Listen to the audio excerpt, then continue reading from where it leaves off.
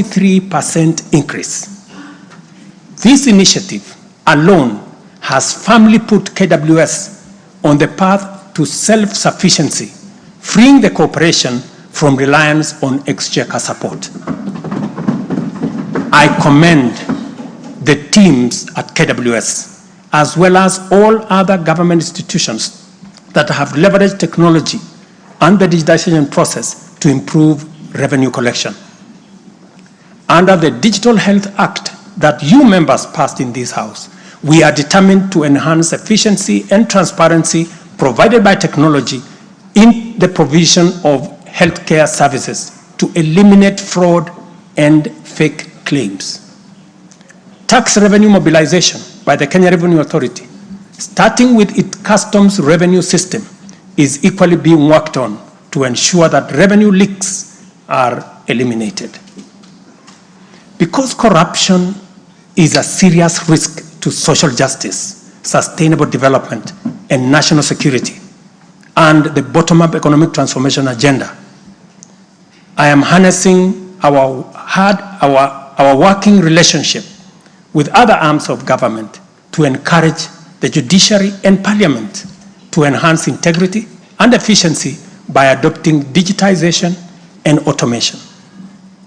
As I do so, I must caution that all these measures will only achieve intended results if, and only if, the institutions charged with combating corruption and promoting efficiency and integrity stop hiding behind the transparent screen of independence and rise up to meet the people's expectation on matters integrity.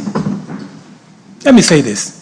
It cannot be the case that the Director of Public Prosecutions keeps dropping cases because somehow they are unable to produce witnesses. It cannot also be the case that corruption suspects rush to court to obtain anticipatory bail that shields them from due process and enables them to compromise investigations. There is also no reason for corruption cases to drag in our courts for years when the same courts are able to determine election petitions and related disputes within 6 months. Members, it is also unacceptable for the Houses of Parliament to deny the nation a much-needed instrument in the war against corruption by continuing to sabotage the passage of the Conflict of Interest Bill.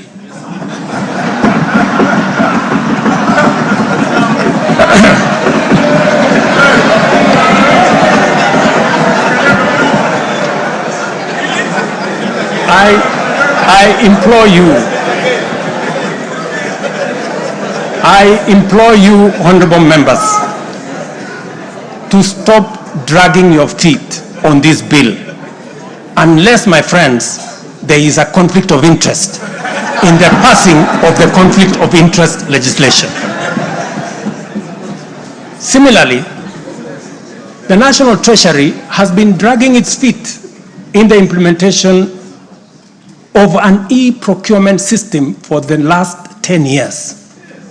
Today, I have directed the National Treasury to roll out the e-procurement system by the end of the first quarter of 2025 and ensure that going forward, only procurement undertaken through this system is sanctioned and paid for.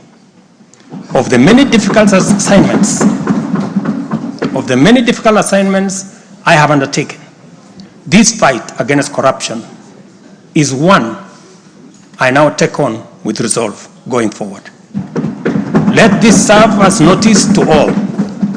Independent institutions charged with this responsibility must up their game, pull up their socks, and match up to the expectations of the people of Kenya. Honorable members, I have stated in the past and now reiterate today that in the face of undisputed evidence or credible information on corruption, I will not hesitate to take decisive action. accordingly. I now